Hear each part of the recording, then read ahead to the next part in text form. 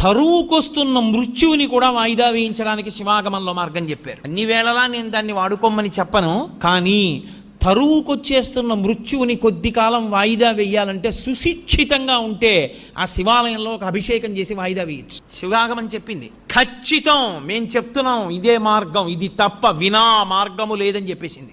అంత శక్తివంతము శివాలయం అంటే. ఆ శివారాధన చేసి చేసి చేసి చేసి చేసి శివస్వరూపులైపోతారు. అయిపోయి వారి చేత్తో ఒక పండిస్తే, వారి నోటితో ఒక మాట అంటే, అందున శివతత్వం ఎరిగిన వాడు అభిషేకం చేశాడనుకోండి, ఆ తీర్థానికి ఉండే శక్తి అపారము. రుద్రుడు కాని వాడు రుద్రుడిని అభిషేకం చెయ్యకూడదు.